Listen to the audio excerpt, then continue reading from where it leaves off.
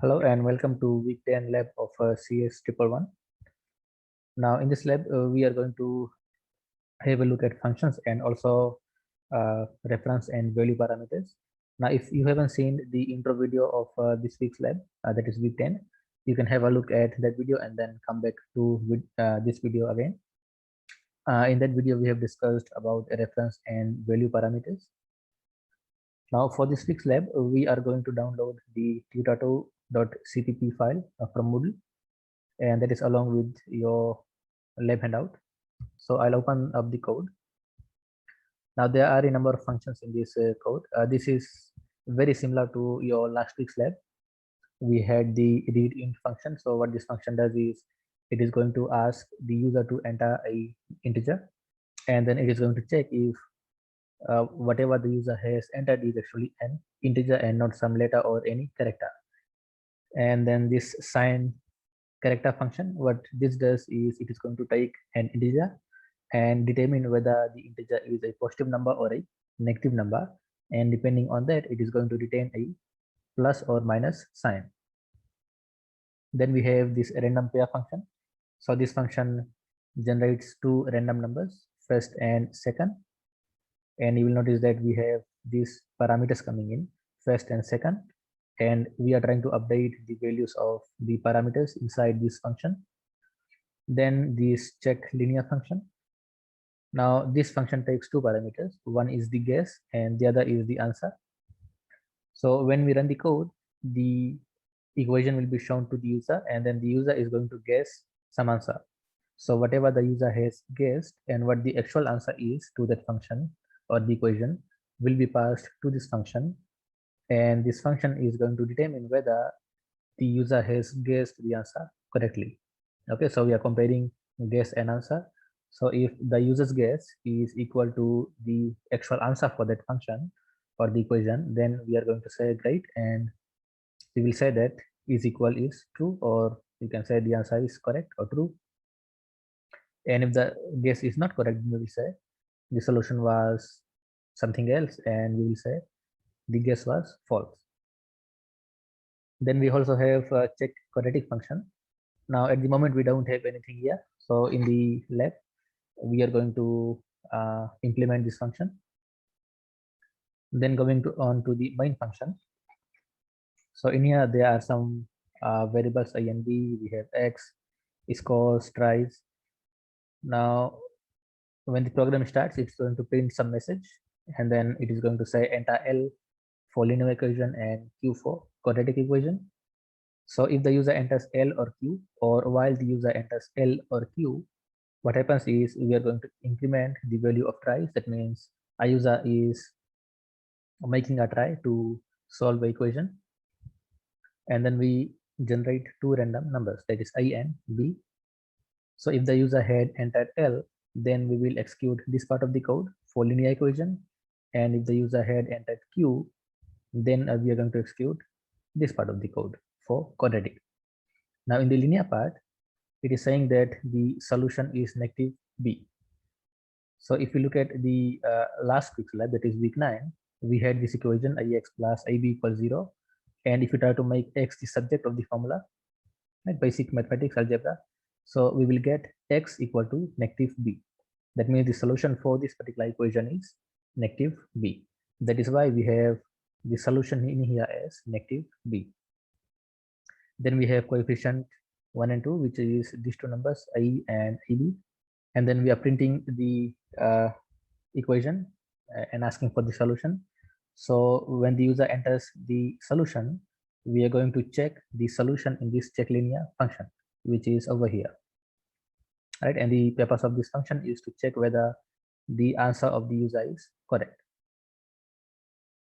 Then same thing in the quadratic equation, the solution is negative I and negative B, right? So once again, having a look at the quadratic equation, right? If this is the equation of this form, then the solution to this equation would be minus A and minus B, right? You can use the quadratic formula to verify the answers. So solution is minus A and minus B, and then we have coefficients 1 and 2. So these are these coefficients, this one and this one. Then we are printing the equation and asking for the answer. So now when the user enters the answer, we are going to check that answer in the check quadratic function. But at the moment, the function is not implemented. So we'll have to implement that. And then this message is again printed to the user. So if the user wants to try again, he or she will enter L or Q for linear or quadratic. And if the user enters something else, then we will exit and print the score. So we are going to say something like your score is score out of tries. So tries is how many times the user has attempted, and score is how many out of those tries the user has guessed the answer correctly. Now, before we do anything with this program, before we make any change, right, we first need to understand the program, right? And we have just done that. Now let's run the code and see what we get. Okay, so I will enter L. It says what is the solution to 0x plus 0 equals 0. So the solution seems to be 0. Okay, so I'll enter 0, enter, and let's enter L again. So we have again got the same equation.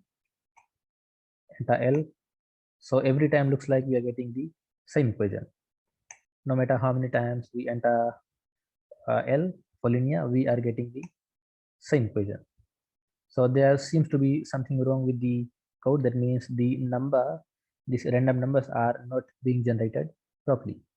So let's say we look at the code. So this is the place where we are generating the numbers, random number I and B.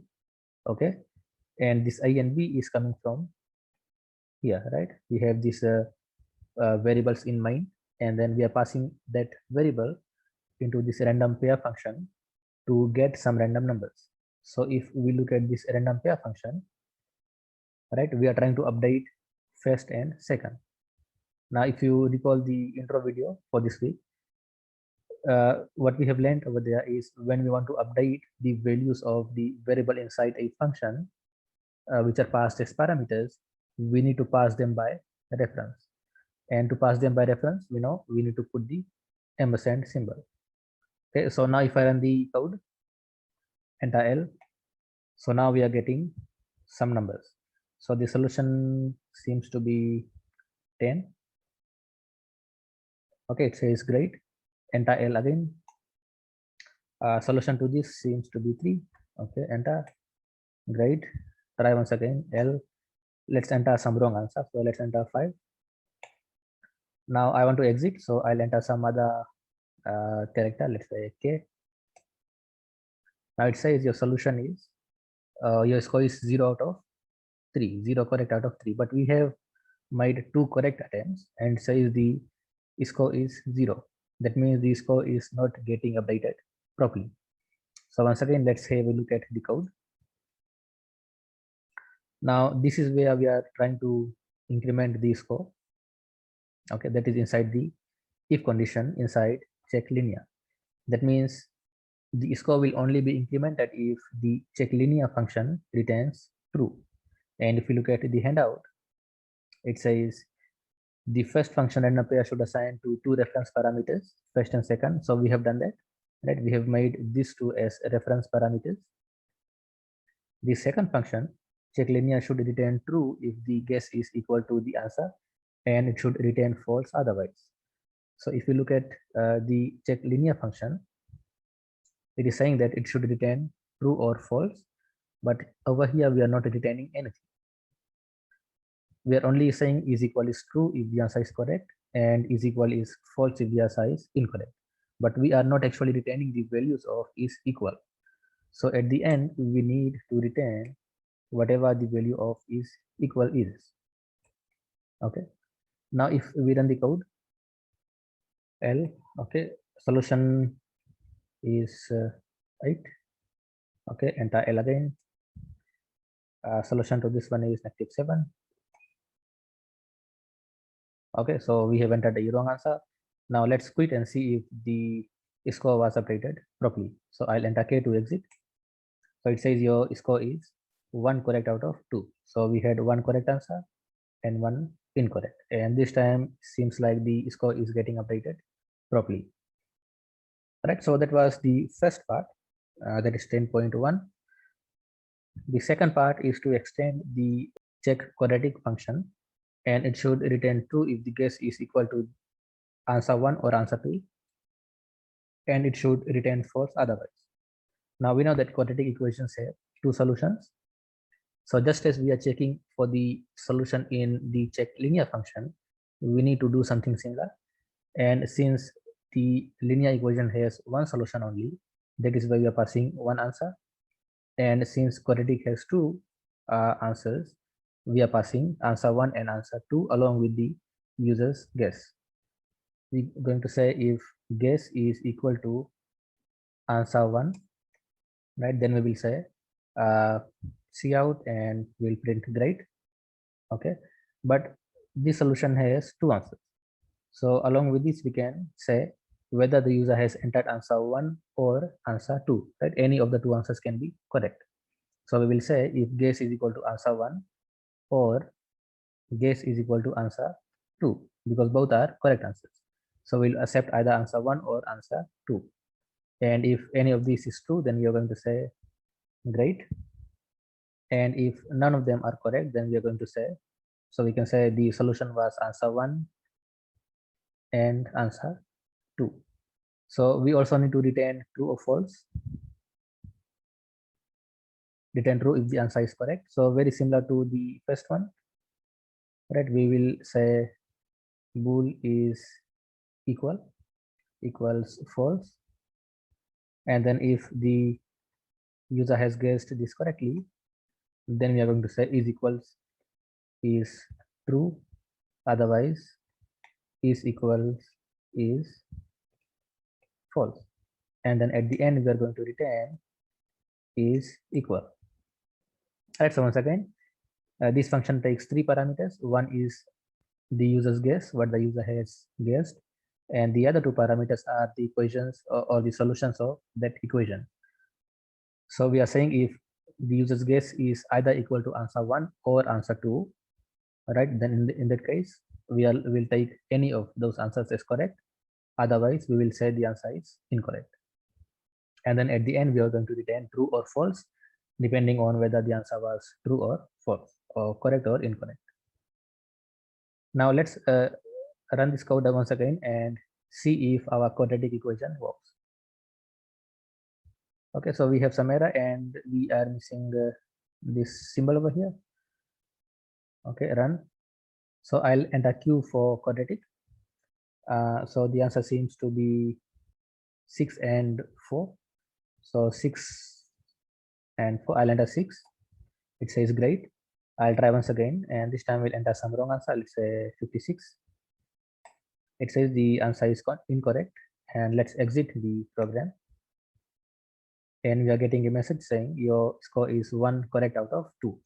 Okay, so the code seems to be working. Okay, so the next part is 10.3. It says now to modify the check quadratic function so that the user will have to provide two roots, and they will only be marked as correct if both answers are correct.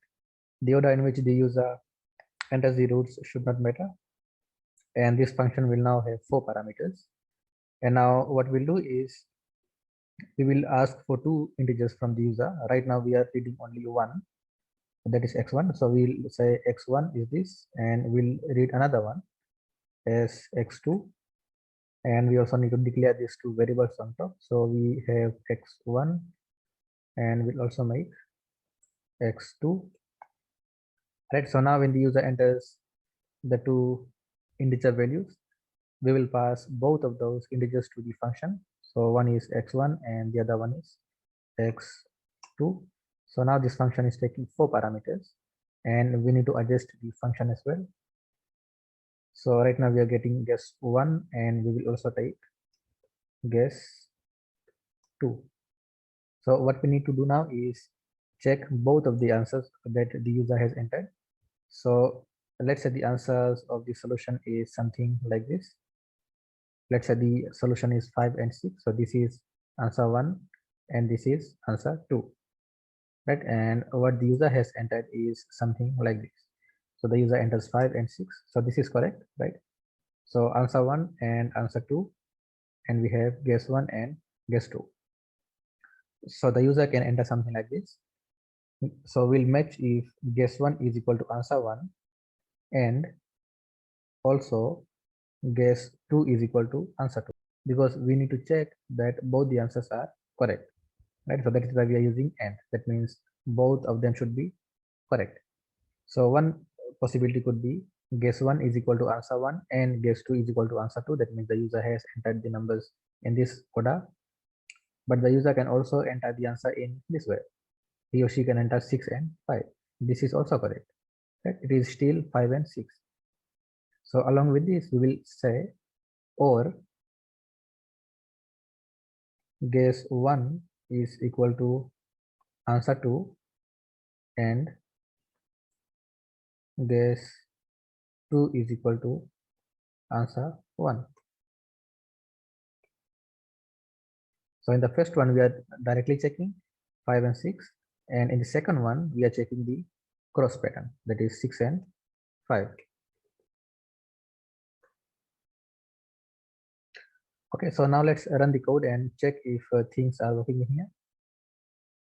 So we are getting some error. It says X was not declared. So that is because initially this was named as X and we have changed this to X1 and X2. So I'll just declare one more variable for X that is in the linear equation.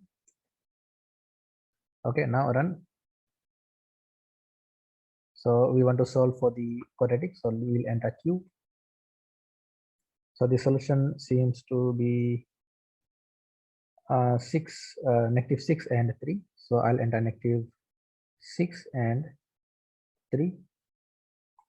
It says great. I'll try once again. So the solution for this one is -4 and -4. So let me enter only one correct answer, and the other one I'll enter as a wrong answer. So I'll enter -4 and 9. It says the solution was 4 and -4. Now you will notice that one of the answers was correct, right? That is -4 that we have entered. But since the other one was not correct, it is saying that the solution is not correct. So in order for the solution to be correct, we need to provide both the correct answers. Right? We'll try once again. And the solution is -10 and 17. So I'll enter -10, -10 and -7. It says correct. So this time both the answers were correct. Now I'll quit. Right, so 2 out of 3 were correct and 1 was incorrect. So that was part I of 10.3. Then it says modify the function above so that it has a fifth input parameter, which is an integer score. This holds the score and will be incremented if the answers matches the expected answer. So now instead of passing 4 parameters, we'll pass 5 parameters over here, and one of them is the score. So along with this, we will pass the score. So since we are passing the score as the parameter, we don't have to do something like this. So I'll remove this part. Right, and we'll only be calling the function now. Right, check quadratic, and if the function is true or it returns true, then the score will be updated within the function. Right, we don't need to check separately and update separately. So it takes a fifth parameter. So I'll add one more parameter here, int score. Okay. And now since we don't have to return true or false, we can make this part void and we can remove this variable. Right, we also don't need this one. We'll remove that and we'll remove this as well. Right, we don't need to return anything, so we'll remove this. And what we will do is inside in here, if the answers are correct, then we will just increment score. But you might remember, since we are updating a parameter inside the function, we need to pass that parameter as a reference parameter. But before doing that, let's run this code once again and see if the score updates with parameter pass the value. Q, the solution is -4 and 2. So I'll enter -4 and 2. Great. So I'll quit. Okay. So now the score should be 1 out of 1, but it says the score is 0. that is because the score was not updated. So we need to pass this by reference. And now if I run the code, the solution is -8 and -1. So -8 space -1. It says great. Okay. Quit. It says score is 1 out of 1. So now the code is working properly. Okay, so that was all for this week's lab. Now try to go over this code once again and try to attempt it on your own. Right, I'll leave one of these part as an exercise for you. So just as we have done in this check quadratic, we are passing the score as a reference parameter. What you do is you also pass the score over here as a reference parameter and see if you're able to get it running. So that's all for this week's lab. If there are any questions or queries, you can send us an email or leave your queries in the discussion forum. Okay. What I recommend is you to post the queries in the discussion forum so that we all can have a look. And if someone else had a similar question, then they'll also be able to identify or cross-check their question with the one on the discussion forum. So that's all. Thank you for watching.